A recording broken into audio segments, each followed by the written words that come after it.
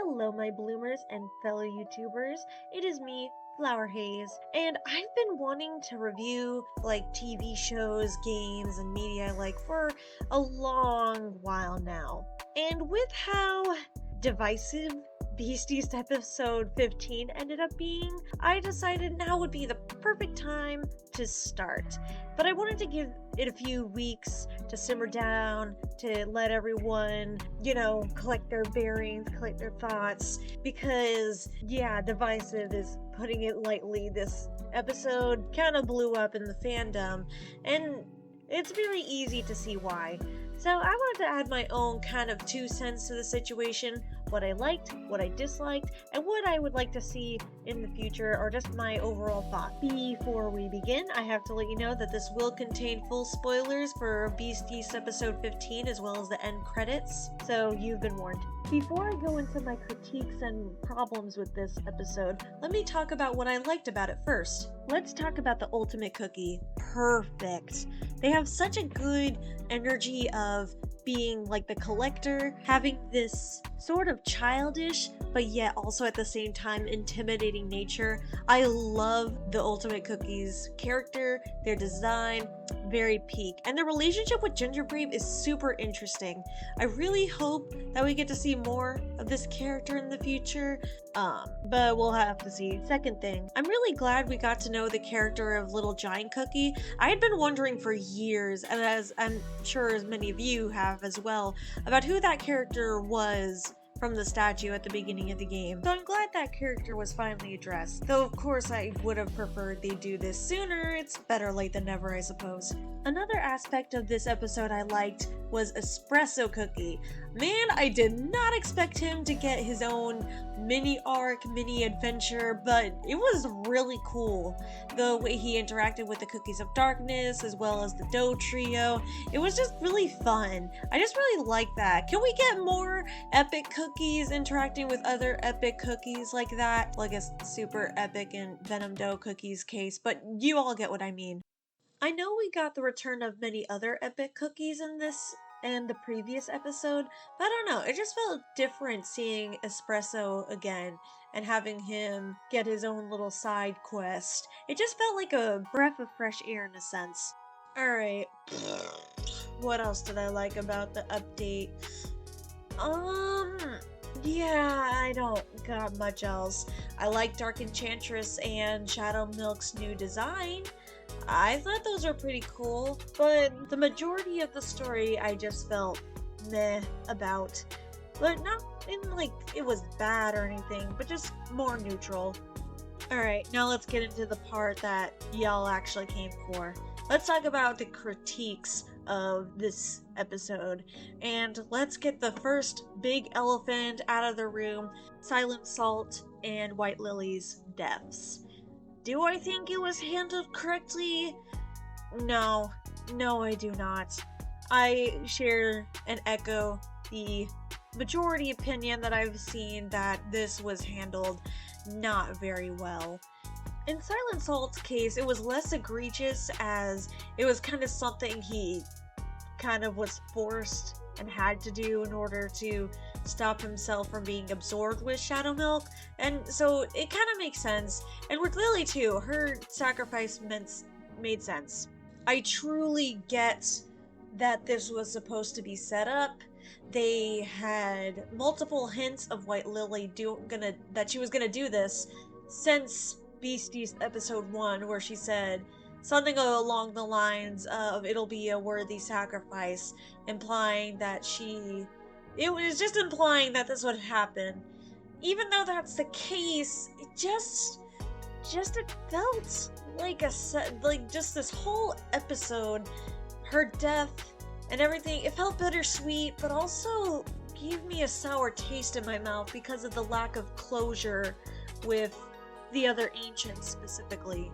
I need to remind everyone that White Lily has not had a conversation with Hollyberry, Dark Cacao, or Golden Cheese in current times for 5 years. Every conversation that they've had has been a flashback or in the past.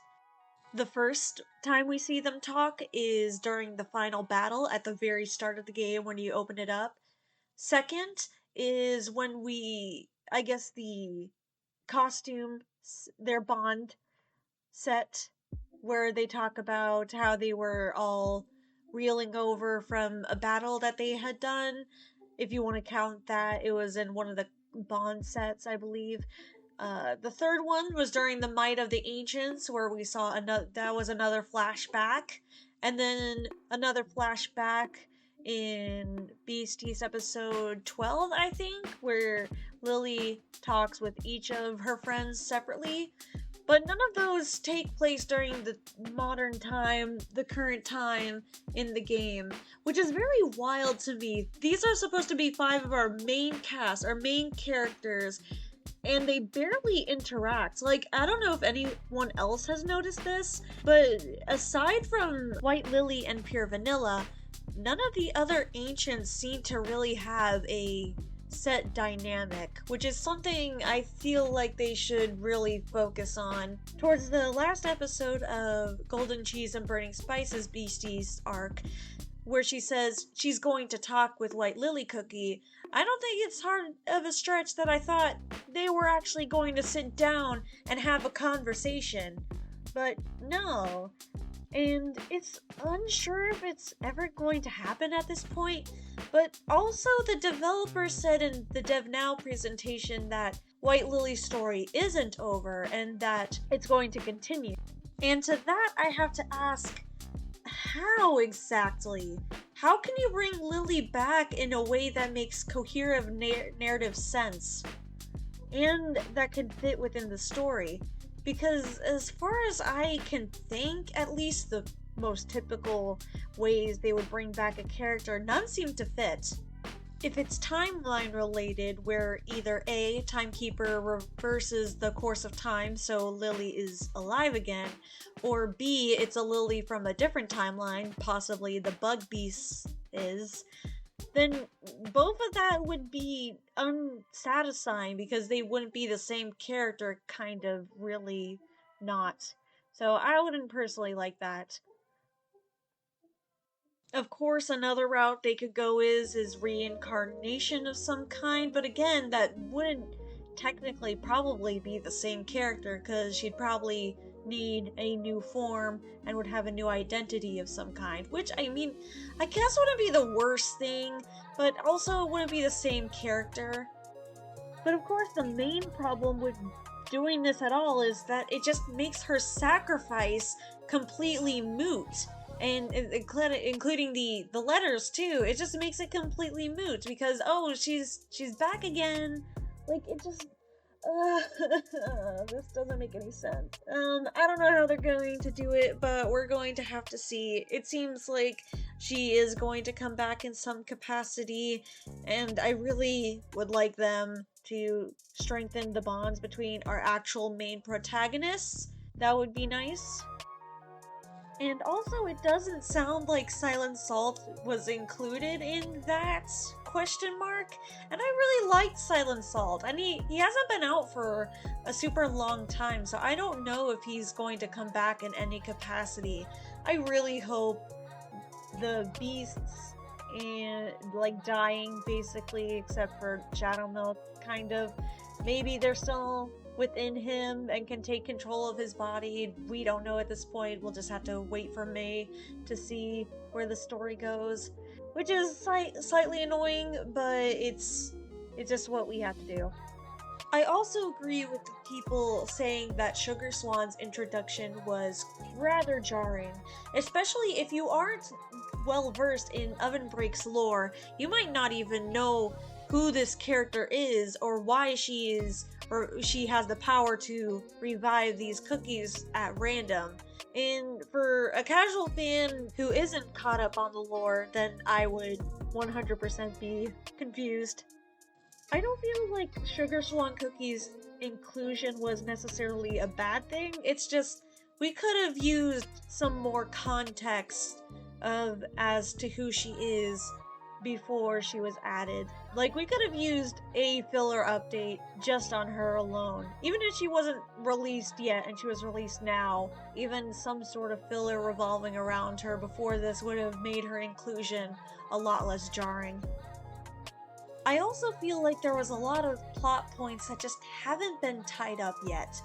Like the Beast minions, for example. Like I just mentioned, how we all know that they're kind of dead, might be inside, still living inside Shadowmilk's body? Question mark.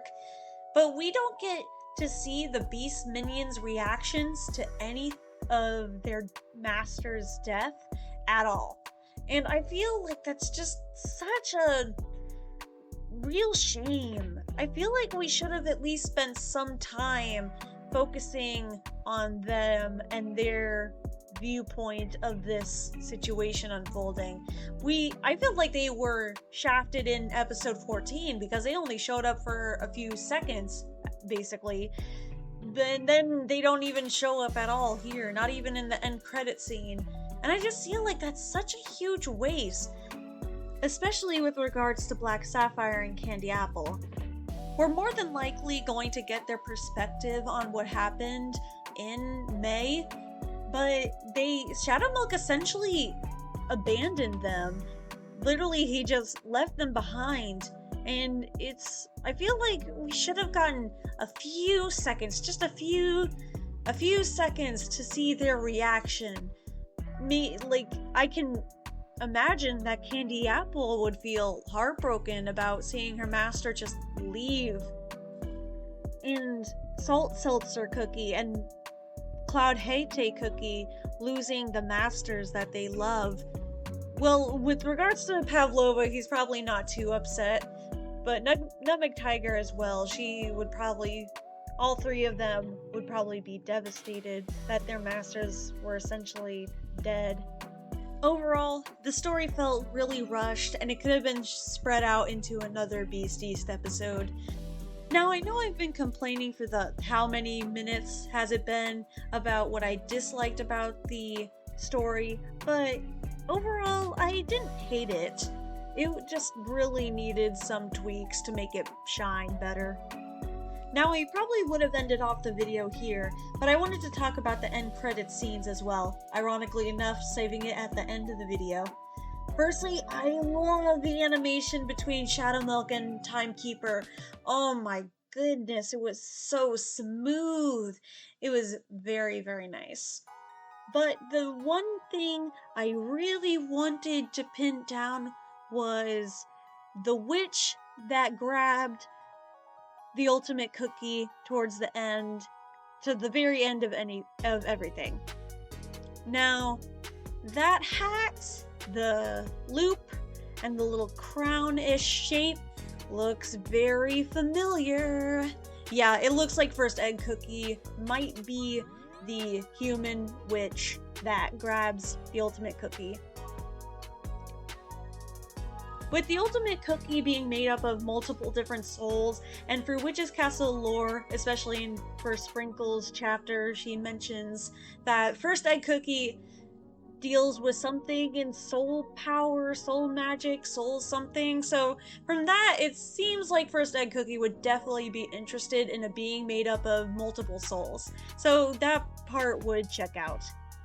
The main gripe that I have with this, though, and why I don't necessarily want it to be First Egg Cookie, is that this is a huge spoiler for Witch's Castle's story. I mean, why even wait? We've been waiting for 2 years at this point for the saga story to end, and it might just get spoiled in Kingdom, which would really, really suck. This is assuming that First Egg Cookie is the witch. I mean, it still could be the Witch of Light, but it seems very likely that it could be First Egg Cookie controlling the Witch of Light's body, which would, again, be a spoiler to Witch's Castle's saga story ending. Now, it could be another witch, it could be a red herring, but the fact that the first witches are going to show up, at least be mentioned, not show up, I should have said mentioned, in May's story with the animatic trailer for the Timekeeper update, and the fact that Ginger Dozer is most likely this cookie on Brave Hill. Now, I wanted to mention this real quick. it could just be possible that because he's one of the first batch, he could just go in and out here, maybe in his dreams or something. Little Giant Cookie did say through weird circumstances that cookies can show up here, but there might be a chance that Dozer is dead.